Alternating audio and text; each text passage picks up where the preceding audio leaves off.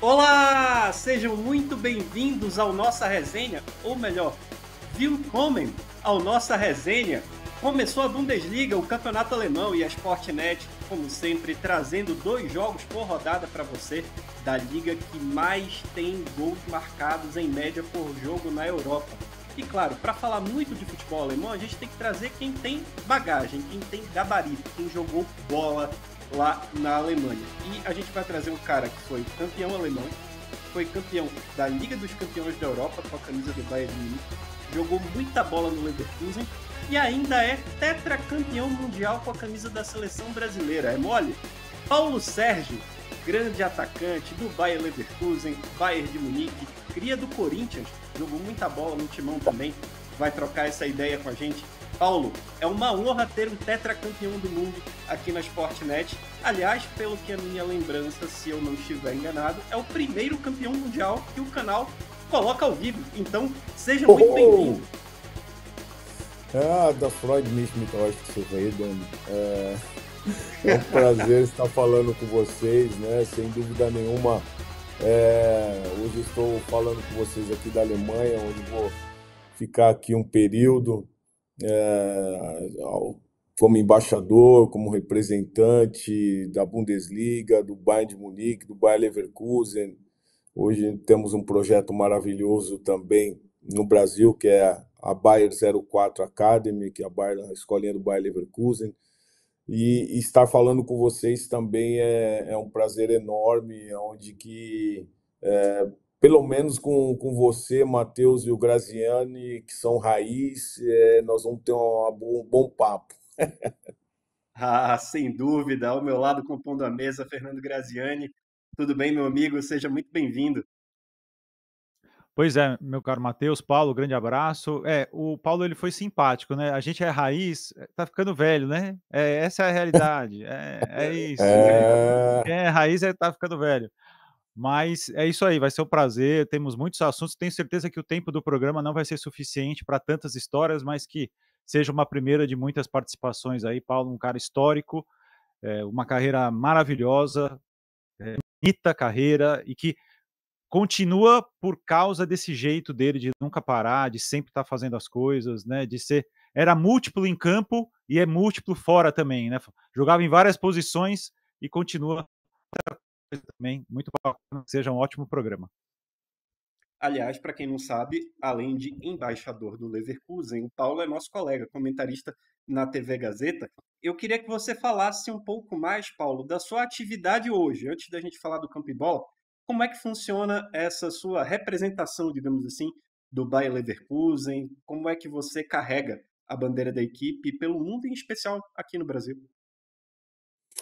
Eu particularmente, desde que eu parei de jogar futebol, em 2003, em 2006, 2007, eu recebi o convite do Bayern de Munique para ser scouting do Bayern de Munique na América do Sul. E fiquei como scout aí uns 3, 4 anos, sendo que depois desses 4 anos eu continuei com outras atividades e como embaixador do Bayern de Munique. Logo em seguida veio a Bundesliga, também me convidando para ser embaixador da Bundesliga no mundo inteiro. Já fomos para tantos países aí representar, falar um pouco da Bundesliga, trouxe a Bundesliga em 2 momentos importantes na época, onde nós fizemos Bundesliga Experience, onde nós fizemos no Rio de Janeiro, fizemos um torneio de favelas, e aí na Lagoa ali fizemos um campo, fizemos um entretenimento aí para a garotada e foi um momento assim muito legal. E no segundo fizemos em Ipanema, na praia. E hoje, além de comentarista da TV Gazeta, hoje eu acumulo aí mais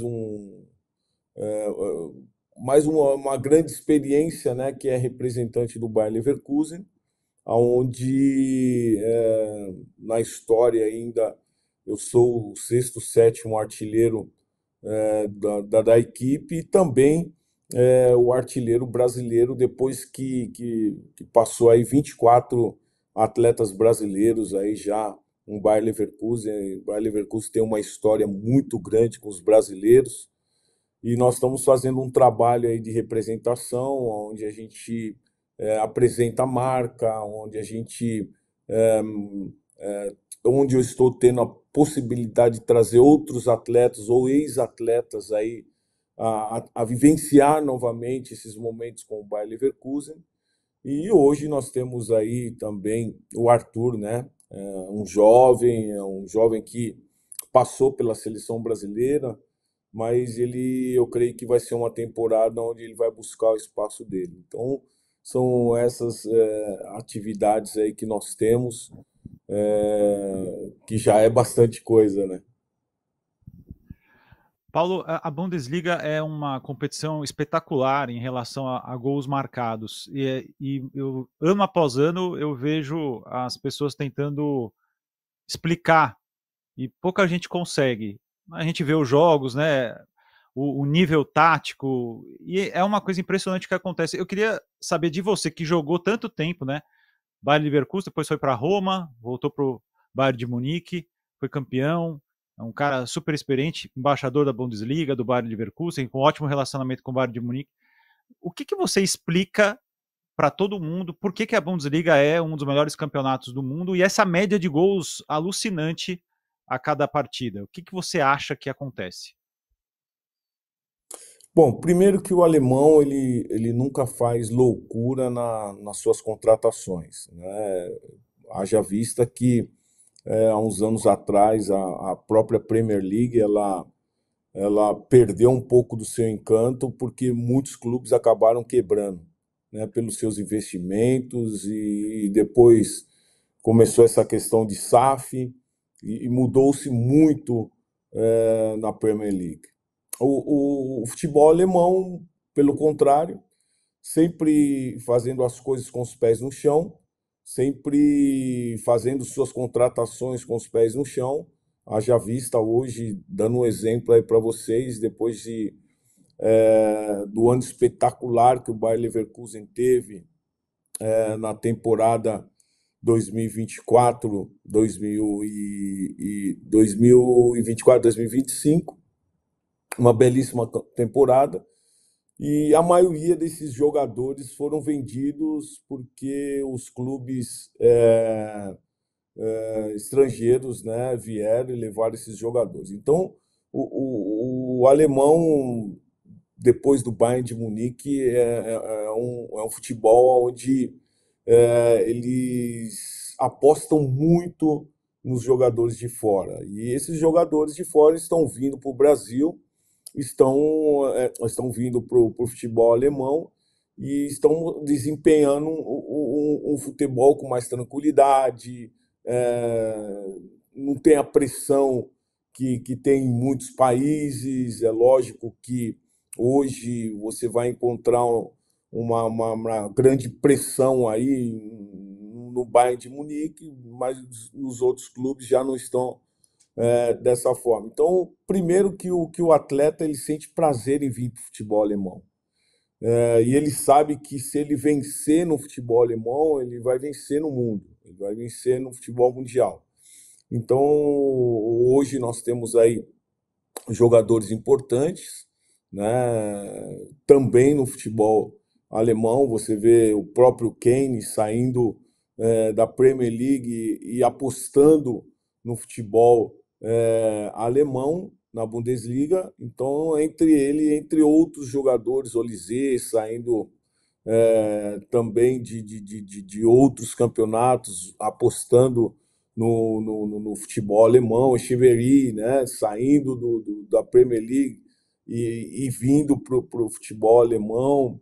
Então, eu creio que isso é muito importante. Fora que o futebol alemão é considerado como entretenimento, onde os familiares estão, todos os estádios estão cheios, o último colocado, Ausverkauft, já vendeu tudo. Então, é um futebol atrativo. Então, é lógico que o torcedor estando, o atleta apostando nisso. Então, aí a gente vê o número de gols aumentando, visibilidade aumentando. Então, assim, é algo que chama muita atenção. Agora, Paulo, você chega na Alemanha em 93, sai do Corinthians para o Leverkusen. E o momento que você chega é muito peculiar, não só para o futebol, mas para o país, né? O Muro de Berlim cai ali na virada dos 80 para 90. É uma Alemanha campeã do mundo. Você chega no meio desse processo de unificação, dos clubes também se entendendo, digamos assim, né? Da formação do plantel. Como foi a tua adaptação? O que foi mais difícil nesse momento? Então, primeiro que eu tinha recebido algumas propostas, meu nome estava sendo muito cogitado na Itália. E na época, um garoto da minha idade, o sonho era ir para uma Itália, o futebol espanhol, até porque a língua é mais fácil, iria ser muito mais rápido de aprender a língua, a cultura, até porque quando eu saio do Brasil, eu não sabia falar inglês, espanhol ou qualquer outra língua. Então, quando eu recebo essa proposta em 93, depois da final Corinthians e Palmeiras, era um desafio, era um desafio. E também lembro que, por mais que você mencionou do Muro de Berlim, e isso é muito importante, Matheus, porque muitos não sabem disso, né? E na época também só tinha a TV Cultura que mostrava o futebol alemão. E quando eu saio do Brasil, eu chego na Alemanha, só podiam jogar três estrangeiros. Só podiam jogar três. Então eu chego na Alemanha, no meu time tinha eu, um tcheco e um romeno. O restante só alemão, misturado com os alemães da Alemanha Oriental. Então foi muito difícil, né? Foi muito difícil essa transição da Alemanha Ocidental, Alemanha Oriental. Foi um período assim muito difícil, aonde você chega num país, muitos te olham diferente porque eles acham que você está tirando o espaço deles. E por incrível que pareça, eu tive que tomar uma decisão muito importante, porque na ocasião estavam jogando a UEFA e eles iam jogar a UEFA e falaram: ó, Paulo, nós só vamos te contratar se você não for para a Copa América e se você não disputar as eliminatórias. Eu liguei para o Parreira, falei com o Parreira: ó, tem esse problema aí para que nós vamos resolver. Se o senhor falar que aí eu não tenho mais chances na seleção brasileira, eu não vou, eu fico no Brasil. Mas ele falou: não, Paulo, vai, eu vou estar te observando e vamos ver como você vai estar para que eu possa te convocar futuramente. E graças a Deus, minha primeira temporada, fui vice-artilheiro do campeonato alemão, com muitas dificuldades. Eu lembro que no meu terceiro mês eu pensei em voltar para o Brasil, porque eu tive uma discussão com um dos jogadores no vestiário e o manager. Paulo, calma, calma. Eu falei: não, vou embora, vou embora. Ele: calma, calma. E aí ele me acalmou um pouco. Eu cheguei em casa e, conversando com a minha esposa, eu falei: ó, se nós queremos permanecer no futebol alemão, nós precisamos aprender duas coisas. A primeira é a língua e a segunda é a cultura. Então, a partir do momento que eu aprendi a língua e a cultura, as coisas se tornaram muito mais fáceis. E os alemães começaram a respeitar e entender que eu estava ali realmente para ajudar. Então, foi muito importante tudo isso que aconteceu, porque se deixa um legado para que hoje eu possa, ou já fazem aí mais de 20 anos que eu continuo no futebol alemão, porque foi deixado um legado muito importante lá atrás. Essa história que você contou do Parreira eu não conhecia, Quer dizer, foi algo muito, muito impactante, né? Porque ele te ajudou e não falou para você, não, eu posso te convocar, ou seja, ele te deixou as portas abertas e te ajudou ao mesmo tempo, né? Não é uma coisa fácil, né? Porque ele poderia falar, não, vou te convocar e não tô nem aí, você se vira e vai, fica aqui ou vai para outro lugar, que não faça essa exigência, né? Impressionante, é muito bom e você fala com ar de gratidão, né? Acho que esse Sim. telefonema esse telefonema me parece foi decisivo, né?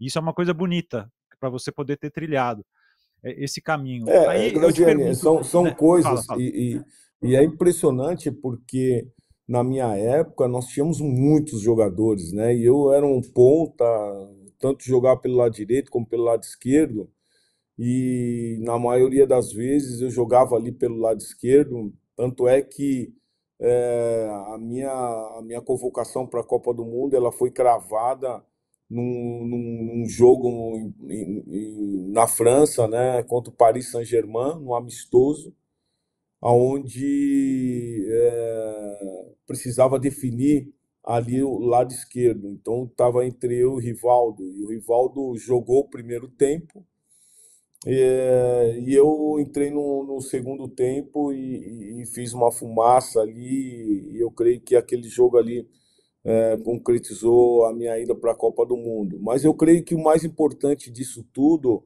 foi que o Parreira ele estava acompanhando o futebol alemão e entendendo que eu estava jogando num dos campeonatos mais importantes.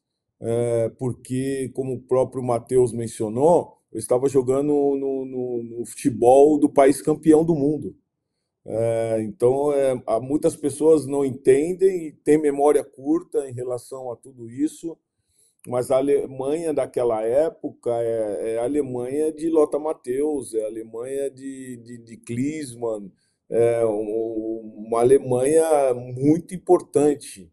Então, fazer parte da Bundesliga na ocasião, para mim foi muito, mas muito importante. E haja vista que esse trabalho veio engrandecendo a cada ano que passava, porque o Tita ele chega no Bayer Leverkusen em 88, é campeão da Copa UEFA, e depois o Jorginho, lateral direito, meu irmão que jogou comigo na Copa do Mundo 94, jogamos juntos, ele também abre as portas para os brasileiros, né? Então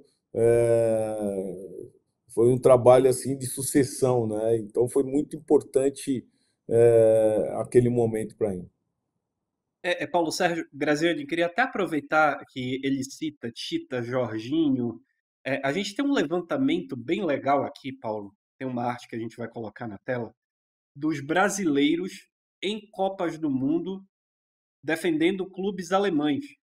E aí a gente vai fazer esse passeio histórico, começando por 94, que você estava aí a Copa do Título, você e o Dunga. Você no Leverkusen, o Dunga no Stuttgart. Em 98 tem o Emerson no Leverkusen. 2002 o Lúcio também no Leverkusen. 2006 o Lúcio pelo Bayern de Munique e o Juan pelo Leverkusen. 2010 dois do Wolfsburg, que tinha sido campeão não muito tempo antes com o Josué Grafite. 2014 tem Luiz Gustavo, volante, e Dante, zagueiro. E 2006, só completando, tem ainda o Gilberto e o Zé Roberto. O Gilberto no Hertha, jogando elite do campeonato alemão ainda naquela época, e o Zé Roberto no Bayern de Munique. 2018 e 22 a gente não tem jogadores brasileiros convocados para a Copa atuando no futebol alemão. A que você atribui isso? Então, se nós observarmos esses jogadores, né, e na sua grande maioria, poucos atacantes, né? Então nós vemos aqui mais jogadores defensivos e meio campo, né? Então atacante assim tinha eu olhando aqui, eu e eu não O tínhamos o Grafite em outro. 2010, fora isso, nenhum. O grafite em 2010. E grafite. E o restante deles, meia e jogadores de defesa. Infelizmente, o futebol brasileiro ele deixou um pouco, vamos dizer assim, vou usar uma outra expressão, nós perdemos muito espaço porque os atletas brasileiros não souberam se adaptar no futebol alemão. Por causa de alguns outros sofrem. Eu perguntei uma vez para um dirigente do Stuttgart por que nós não temos tantos jogadores hoje brasileiros jogando na Bundesliga. E ele foi enfático em dizer que ele usou essa frase: Paulo, o que vocês têm lá, nós temos aqui na Europa. E isso me chamou muita atenção, cara. Me chamou muita atenção porque o brasileiro ele sempre foi visto como um jogador diferente. Se você observar nessa lista de jogadores que passaram nas Copas do Mundo aqui, são jogadores que vieram para cá e marcaram história. Foram jogadores diferenciados. E, infelizmente, essa questão de adaptação, nós tivemos um período, vou dizer grandes, os últimos grandes nomes aí, o Coutinho, o Douglas Costa, onde eu conversei com esses atletas e até eu tinha mencionado, se vocês querem permanecer na Alemanha, vocês vão ter que aprender o alemão, aprender a cultura alemã, para que vocês possam se adaptar e permanecer no país, porque não é só dentro de campo, é fora de campo também, né? Então, a sua vida no dia a dia é no alemão. Hoje está bem mudado, né? Dentro dos campos, hoje você tem muito do inglês, muito mais facilitado, mas, infelizmente, nós perdemos o espaço porque muitos europeus, africanos, estão conseguindo se adaptar melhor no futebol alemão. A minha luta é para que isso mude, né? Para que isso mude, para que esse cenário mude, e lógico também nos valores, quando eu mencionei para vocês que o alemão ele não vai fazer loucura, ele não vai pagar 40, 50 milhões para um atleta que possivelmente pode não se adaptar no futebol alemão. Haja vista que nós já tivemos problemas de jogador que saiu do Brasil e veio direto para um time grande e teve problema. Mas, em compensação, nós temos aí grandes equipes que gostam de jogadores brasileiros, estão observando os jogadores brasileiros, agora só depende deles. É bom lembrar, só para fazer esse resgate histórico, em 2008, 2009, tinham 36 brasileiros, foi o recorde na Bundesliga, né? Aí vem caindo, essa temporada são 9. Já aumentou um pouquinho, né? Porque há 2, 3 anos atrás eram 4 5, só. 6, né? Loucura, né? Paulo, eu queria que você falasse também um pouquinho sobre ainda essa situação pessoal de adaptação. Qual é o tamanho da força de vontade que você precisou ter? Porque a gente sabe que ser jogador de futebol você já tem que passar por um mega vestibular. Jogar no Corinthians é outro mega vestibular maior ainda. Ir para a Alemanha, se destacar, ir para a seleção, ir para a Copa. E eu sempre notei em você eu acompanho a tua carreira, acompanhei quase toda, né, a tua carreira, muita força de vontade. E isso é uma coisa que não se aprende na escola, em lugar nenhum. Da onde é que veio essa sua vontade, você contando pra gente agora, precisei aprender alemão, precisei entender a cultura, não à toa hoje você continua trabalhando na Bundesliga, no Bayern, né? Nada é por acaso, mas da onde é que veio, qual foi o seu maior exemplo para você ter essa perspicácia, essa força de vontade de conseguindo tudo e, assim, como um furacão mesmo, passando por cima de todas as dificuldades. De onde é que surge isso? Então, Graziani, você sabe que tudo começa já na minha adolescência, porque eu chego no Corinthians com 13 anos de idade. Eu saía do. Tinha vezes que eu saía do metrô Tatuapé, porque não tinha o metrô Carrão. Eu ia a pé do metrô Tatuapé até o Parque São Jorge, para treinar lá no fundão, no terrão. E isso perdurou por 5 anos, porque eu uso uma frase que é muito emblemática: eu queria sair do terrão para ir para o gramadinho. Então, enquanto eu estava lá no terrão, eu muitas vezes ia completar o time titular, o time dos profissionais. Era um sonho ali jogar no gramado. E ali começa uma determinação, uma perseverança de marcar história, de conquistas. Então, quando eu tô lá no terrão, começa lá no terrão. E aí, quando eu recebo esse convite do Bayer Leverkusen para vir para a Alemanha, não foi fácil, porque eu já era casado na época, com 2 filhos pequenos. Felipe tinha 1 ano e poucos meses, 1 ano e 8 meses. A Caroline tinha tinha meses ainda. E aí, uma das coisas que eu sempre falei para minha esposa é que aonde ia um, ia todo mundo, né? Então, não tinha essa de ficar dividindo, uns ficam aqui, outros vão, então não tinha essa. E aceitamos esse desafio. Agora, eu não queria voltar para o Brasil como um fracassado. É lógico que a gente encontra lutas, encontra problemas, dificuldades, mas eu não queria voltar como um fracassado. Meu objetivo foi sempre vencer no futebol alemão, até porque quando eu cheguei na Alemanha e falei que eu queria ser campeão, que eu queria jogar a Champions League, que eu queria ser campeão da Champions, alguns deram risada, porque o Bayer Leverkusen só jogava a Copa UEFA. E quando eu chego, depois de uns anos, muda a história, porque eu levo esse time a primeira vez a ser vice-campeão alemão. E no ano seguinte jogam a Champions League. E aí o patamar do Leverkusen muda, né? Então a visão do Leverkusen muda, tanto é que depois de alguns anos chegam em 3 finais.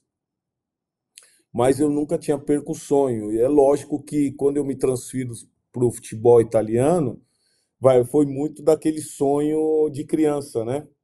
Querer jogar na Itália e ter aquela experiência. Para mim foi muito bom. Foram 2 anos onde que até hoje os torcedores romanos eles curtem as minhas redes sociais. No meu primeiro ano eu sou artilheiro do time juntamente com o Totti, com 12 gols. No segundo ano com 12 gols na Série A também. E não sendo um atacante de frente, né? Eu sempre fui um jogador de beiradas. E aí vem o Bayern de Munique com uma proposta irrecusável, até porque era para jogar a Champions que haviam perco em 99. Então eu chego no Bayern de Munique com uma proposta de conquistas, e ali nós conquistamos todos os títulos que um atleta pode almejar, desde o Mundial de Clubes, numa final contra o Boca Juniors no Japão, uma final de Champions League, onde infelizmente eu perco o pênalti, mas ganhamos a Champions naquela final contra o Valência. E aí títulos da Bundesliga, título da Supercopa, da Copa da Alemanha. E então foi muito essa questão de perseverança, determinação. Eu creio que esses foram pontos fundamentais para que eu pudesse vencer na minha carreira. Então, tudo que eu faço, eu gosto de fazer assim com muita primazia e com muita excelência. Então, isso é algo assim que marca toda a minha trajetória. Com a camisa do Bayern de Munique, ele ganhou Liga dos Campeões, Mundial de Clubes, Copa da Alemanha. Ainda nesse meio tempo, entre as passagens pelo Leverkusen e pelo Bayern de Munique, jogou na Roma. E nesse período que ele jogava na Roma, teve a convocação para a Copa de 98. Você já campeão mundial em 94. Ficou alguma tristeza, alguma lamentação assim no teu coração, Paulo, por não ter ido para 98, com todo esse currículo construído na Alemanha e reforçado na Itália pela sua boa passagem pela Roma? Cara, ficou sim, cara. Ficou sim, até porque é, os treinadores não acreditavam por que eu não estava na seleção. O Carlos Bianchi, quando eu fui contratado pra, pela Roma, ele era o treinador e a chancela dele para a minha contratação foi muito importante. E quando eu chego na Roma, o Carlos Bianchi ele já não era mais o treinador. E aí depois eu encontro ele na final do Mundial de Clubes, quando ele era treinador do Boca Juniors, eu encontro ele no Japão e ele perguntava para mim: é impressionante como você, um jogador como você, não esteve naquela Copa do Mundo de 98. Até porque eu creio que foi um dos meus melhores anos na Europa.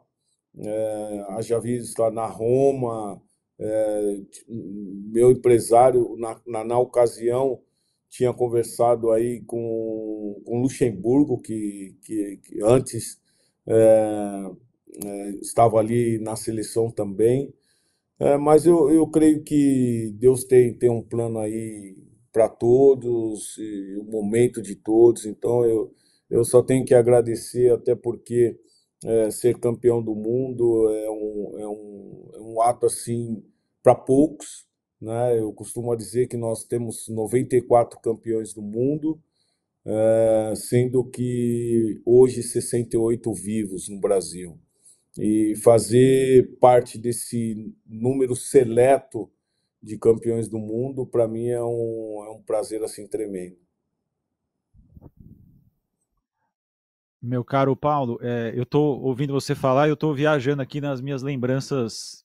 Temos quase a mesma idade, certo? O Matheus é mais novo, mas é um estudioso. Eu e você temos a mesma idade. Bem Eu parecido, vi o né? Paulo Sérgio Mas, no Bayern. Eu não lembro no Leverkusen, nem no Corinthians. Eu era muito criança. certo. É, Mas no Mas eu Bayern eu lembro. lembro. Mas eu, Pois é. eu lembro, eu lembro, eu lembro. Por isso eu tô te defendendo, Matheus. Cara, você é mais jovem, você é mais jovem. Paulo, eu queria que você falasse para mim, quando eu converso com jogadores assim, da nossa geração, né? Eu sei que você fez um pé de meia importante, você pegou um futebol já com bons salários, tá? Mas não é igual hoje.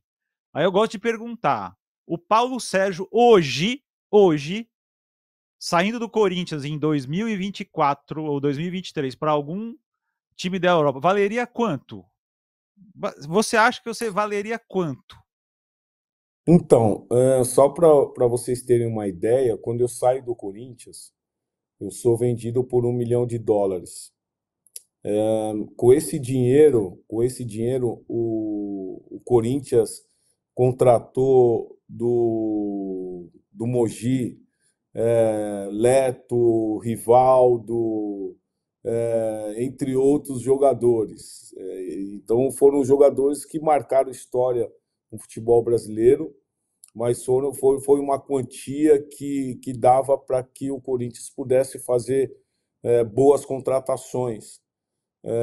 Completamente diferente, os números de hoje são completamente diferentes dos números que eu vivi, mas eu sempre fui uma pessoa com os pés no chão, né? Sempre fui uma pessoa com os pés no chão. É lógico que um jogador como eu, nos dias de hoje, poderia ganhar muito mais do que eu ganhei. Eu ganharia hoje, em uma temporada, tudo aquilo que eu não ganhei na minha carreira inteira. Então, os números hoje, só para vocês terem uma ideia, é mais ou menos isso. Então, em uma temporada eu ganharia tudo que eu não ganhei na minha carreira inteira. Mas eu não posso reclamar. O mais importante é o legado que eu deixei, e uma família linda que hoje eu tenho. Então, eu creio que esses são os pontos assim fundamentais, acima de qualquer coisa em termos até financeiros. Aliás, Matheus, só para interromper, o Careca, que para mim foi um dos maiores atacantes que eu já vi jogar, o São Paulo vendeu ele por. Não chegou nem a US$ 3 milhões para o Napoli. Uma loucura. A gente brinca que o cara É, hoje valeria 300 milhões de euros, o jogador como foi o Careca, né? Que foi uma transferência impactante, né? Pelo que era o Careca ali naquele momento. Ele foi alguns anos só antes do Paulo. Eu não me lembrava que era esse valor do Paulo, de US$ 1 milhão.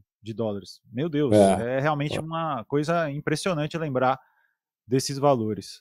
E se a gente atualizar para hoje, ele não vai bater com um jogador de alto nível que sai do Brasil para jogar num clube grande da Europa.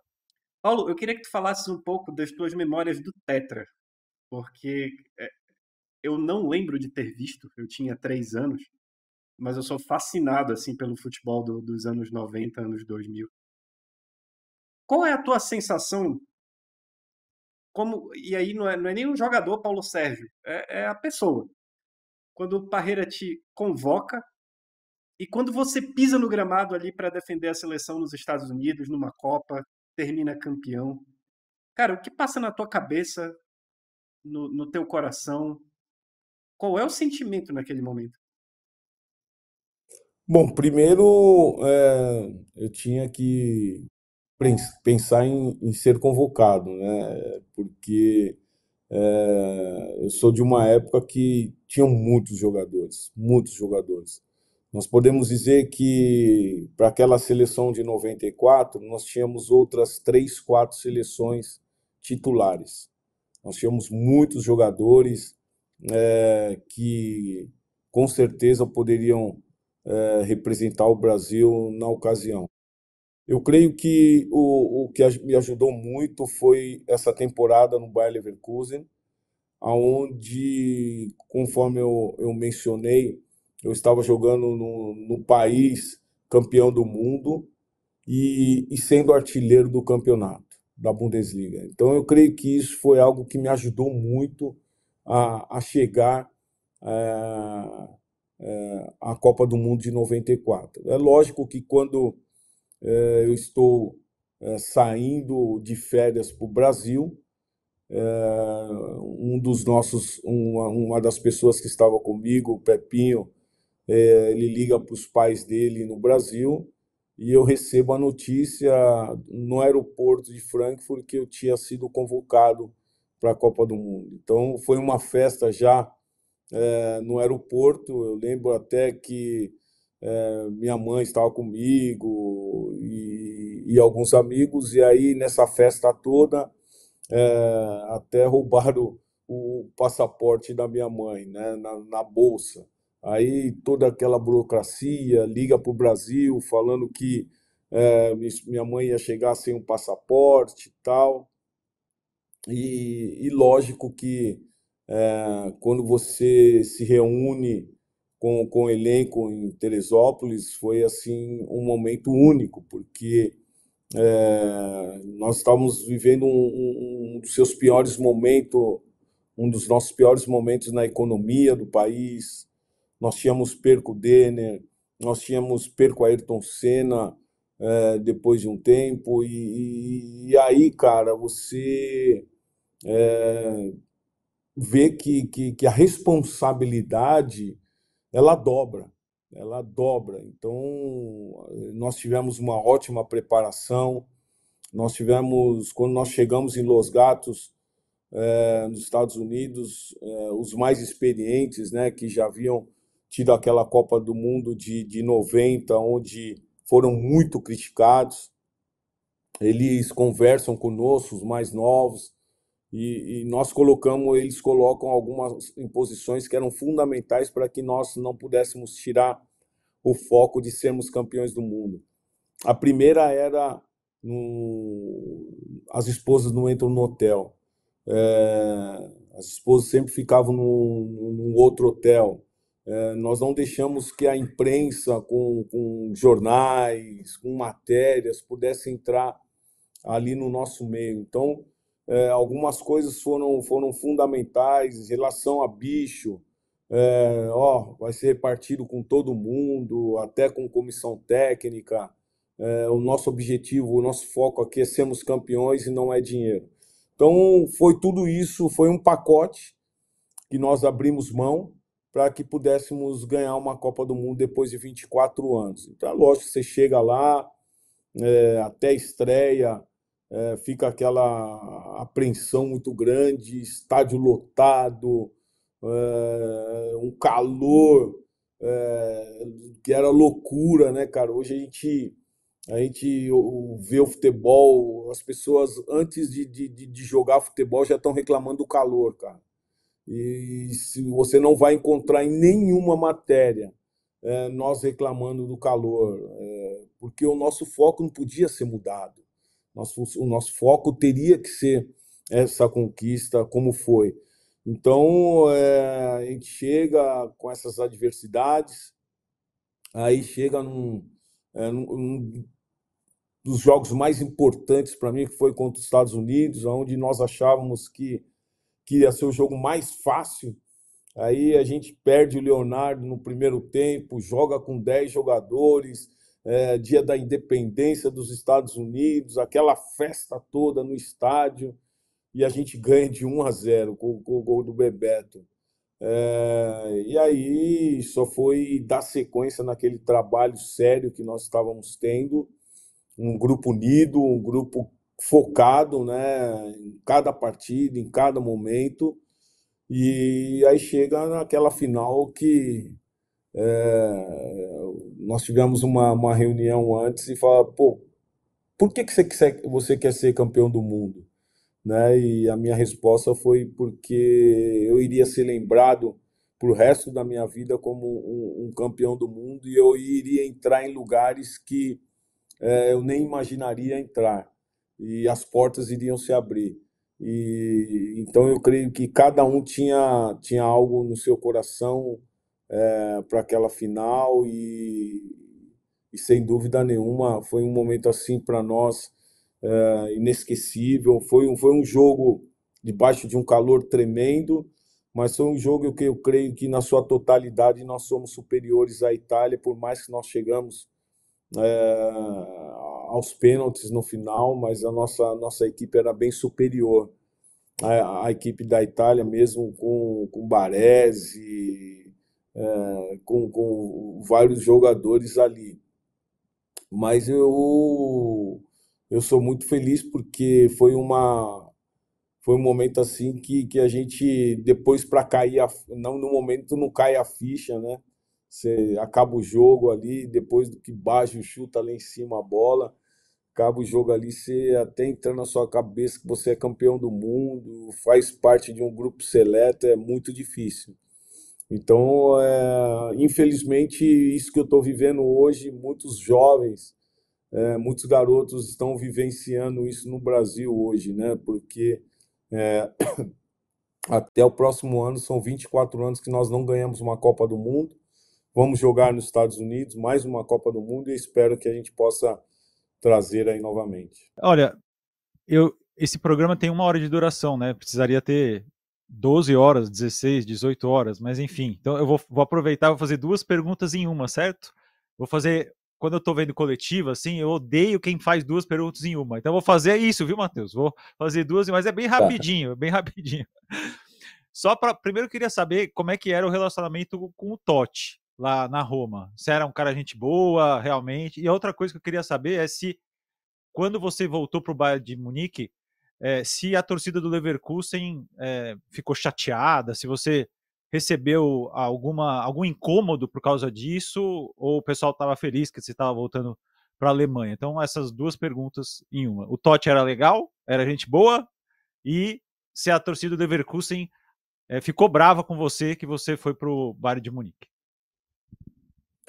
Bom, o Totti sempre foi um cara, era jovem na época, tinha que aprender muita coisa ainda, mas era um jovem onde tinha uma responsabilidade muito grande, porque o, o capitão na época era o Aldair, ele passa a faixa de capitão para o Totti, e o Totti já assume uma responsabilidade aí muito grande diante de uma torcida onde eu saio do Brasil, né? Quando eu saí do Brasil, eu falei assim, pô, acabou esse negócio de reunião com o torcedor, acabou esse negócio aí que perdeu um jogo, o torcedor vai subir em cima do carro, né? E acabou esses negócios, né? Aí você chega na Roma, cara, perdemos 3 derbys, aí é jogador, torcedor subindo em cima do carro, é aquela bagunça. Aí já me trouxe tudo à memória. Mas sempre foi um cara do bem, sempre foi um cara do bom, do bem. Eu sempre soube lidar com ele, né? Então isso se tornou muito mais fácil, até porque eu jogava de um lado, o Totti jogava do outro.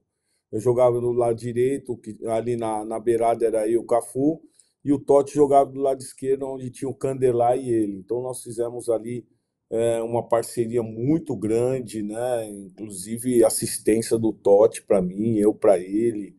É um cara que até hoje nós nos relacionamos muito bem. A segunda pergunta foi a. Se a torcida do Bayer Leverkusen ficou muito brava quando você apareceu no Bayern de Munique. Então, essa questão das torcidas é o seguinte: o torcedor do Bayer Leverkusen ele fica irritado quando você sai do Bayer Leverkusen e vai direto para o Bayern de Munique. Então ele fica um pouco meio irritado. Eu não sei se vocês observaram o Jonathan Tah, eles sabiam mais ou menos que o Jonathan Tah ele iria para o Bayern de Munique, e a festa não foi uma festa tão grande como nós esperávamos por um jogador que jogou 10 anos no Bayer Leverkusen. Então a torcida ficou um pouco chateada, não tão quanto o Wirtz quando ele sai e vai para o Liverpool. Então, o que aconteceu comigo foi o seguinte: eu saí, eu não fui direto para o Bayern de Munique, eu saí e fui para Roma. Hoje o torcedor ele sabe que quando eu saí para Roma, o Bayer Leverkusen não queria pagar o que eu havia pedido, né? E depois no finalzinho da temporada eles queriam reverter a situação, mas não podia porque eu já tinha feito um pré-contrato com a Roma. E aí eu me transfiro para Roma. Eles tiveram a opção de me recontratar, não quiseram, aí veio o Bayern de Munique e o Borussia Dortmund. Mas eu optei para ir para o Bayern de Munique. Então não tem esse ranço, não. Mas se eu fosse direto, ia ter problema. Paulo, para a gente caminhar aqui para o encerramento, é impossível a gente conversar com você e não falar de Corinthians. Você é cria do Terrão, foi campeão com o clube. Como é que você analisa essa situação que o Corinthians hoje ele acaba sendo mais falado pelo extracampo do que pelo campo e bola? Como é que você projeta o Corinthians para o futuro? Uma marca como do Corinthians é um desperdício, né? O que estão fazendo com o clube. Eu, como você mesmo frisou, eu sou cria do Terrão.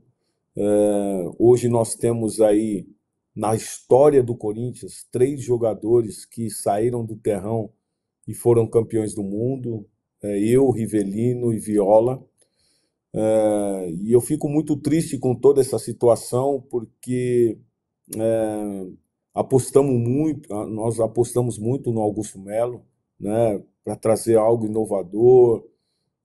Eu não estou aqui para criticá-lo, para falar o que aconteceu, o que não aconteceu, mas infelizmente as notícias não foram boas, tudo isso está acontecendo muito ruim, né? Hoje eu sou a favor do Osmar Stabile permanecer até o final da sua gestão, até porque é um ano e meio aí, ele que já teve os seus problemas no início ali para fazer essa gestão do Corinthians, entender em que ponto o Corinthians estava. Então, muito se fala que são todos corintianos, estão todos para ajudar o Corinthians, mas hoje nós estamos vendo no âmbito político uma nova guerra, uma nova luta com eleições aí na próxima segunda-feira, e dentro dessas eleições possivelmente pode entrar um outro presidente. Aí, até entender de novo a gestão, até entender de novo tudo que está acontecendo, aí vão ter os mesmos problemas em pouco tempo. E hoje, infelizmente, o Corinthians não tem mais tempo.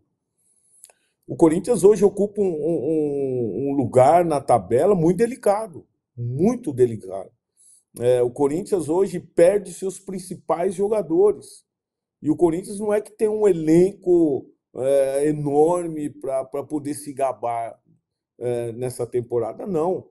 Né? Perde 2, 3 jogadores, já fica muito difícil. Então, são momentos políticos que acabam atrapalhando muito os jogadores dentro de campo e propriamente a gestão do clube, né? Porque não é só o futebol, é o clube em si. Então, o clube em si acaba sendo prejudicado, porque eu vivenciei a Fazendinha, eu vivenciei o Parque São Jorge. Teve momentos ali que eu dormia lá atrás do ginásio, no alojamento tinha lá, vivenciava toda essa questão do esporte amador, e isso acaba atrapalhando muito um clube que tem uma torcida gigantesca. Paulo, só para encerrar, para não tomar bronca aqui da produção do programa, na segunda rodada do Campeonato Alemão tem Hamburgo e São Paulo, que é um dos maiores clássicos, né? O Hamburgo demorou 7 anos para voltar. Eu queria que você falasse sobre como é o Hamburgo, porque na tua época o Hamburgo era fortíssimo, né? Disputava um monte de coisa e tal. Como é que é agora a volta do Hamburgo e o que esse time te retrata aí? Eu sou de uma época que o equilíbrio na Bundesliga era muito grande, né? Então se falava muito de Eintracht Frankfurt, se falava muito de Werder Bremen, que tinha uma grande equipe. A Eintracht Frankfurt tinha jogadores espetaculares, né? Não era só o Borussia Dortmund, não era só o Bayern de Munique. Você tinha equipes como o Stuttgart, o próprio Giovanni, Dunga jogaram lá, Wolfsburg. Então, equipes que eram um campeonato, na ocasião, muito competitivo por parte de muitas equipes que estavam ali lutando para o título. É lógico que o Hamburgo ele faz parte desse cenário das grandes equipes que marcaram história na Bundesliga. Então, a volta do Hamburgo, se nós pudermos observar, a festa que houve, não só no estádio, não só na cidade de Hamburgo, mas na Alemanha toda, a volta do Hamburgo. Então, é uma equipe de tradição, é uma cidade grande, uma cidade muito bonita. Então, eu creio que voltar esse desafio São Paulo com o Hamburgo é uma tradição que nostálgica, né? Então eu creio que vai ser um grande jogo e vamos esperar agora para que eles venham se manter aí na tabela e formar uma grande equipe. Este é Paulo Sérgio. Paulo Sérgio, campeão do mundo com a seleção brasileira em 94, campeão da Bundesliga com o Bayern de Munique, campeão da Liga dos Campeões com os bávaros, campeão mundial de clubes, ídolo do Leverkusen, embaixador do Bayer Leverkusen.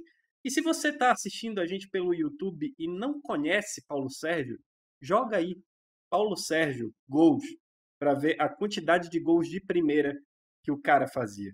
Paulo, muito obrigado pela tua participação aqui com a gente. É uma honra ter um campeão do mundo, um ídolo do futebol alemão aqui no nossa resenha. Valeu demais. Valeu, foi um prazer enorme, né? Você, Matheus Graziani, foi um prazer enorme estar com esse tempo para nós lembrarmos um pouco da história e também atualizar as pessoas aí. Eu creio que a Bundesliga vem com tudo esse próximo ano. Sempre tem trago assim algo muito importante. Infelizmente perdemos o Thomas Müller, né, que era um dos jogadores raízes aí, mas sem dúvida nenhuma chega jogadores novos aí trazendo uma Bundesliga muito competitiva e muito atraente. Um grande abraço a todos vocês, sucesso aí na Sportnet. Valeu demais, Paulo. Fernando Graziani, sempre uma honra, meu amigo. Grande abraço, foi uma honra para mim. E para quem não sabe, o Paulo Sérgio já é vovô, viu? Já é vovô. São 3 netos, é? 3? São 4. 4? 4? Tá certo, é. E eu vou aproveitar e deixar uma dica cultural aqui, viu, Matheus e Paulo? Vou aproveitar porque uma das respostas mais legais do Paulo foi quando você perguntou sobre, né, Alemanha Oriental, Alemanha Ocidental. Tem um filme que chama Adeus Lenin, que vale muito a pena assistir, que é um filho tentando enganar a mãe que o muro não caiu, porque ela ficou internada no hospital e quando ela acorda, aí ela não sabe que o muro caiu. E ele tem que tentar pegar as coisas da Alemanha Oriental para fazer que ela entenda que ainda existe as divisões, né? Então é um filme histórico, muito bacana. Foi um prazer receber aqui o Paulo e fazer parte da bancada com você mais uma vez, Matheus. Grande abraço, brigadão. Valeu demais, Paulo, Graziani, e a gente agradece também a você que acompanhou nossa resenha aqui com a gente. Fique ligado na programação da Sportnet, no centro do jogo. Grande abraço.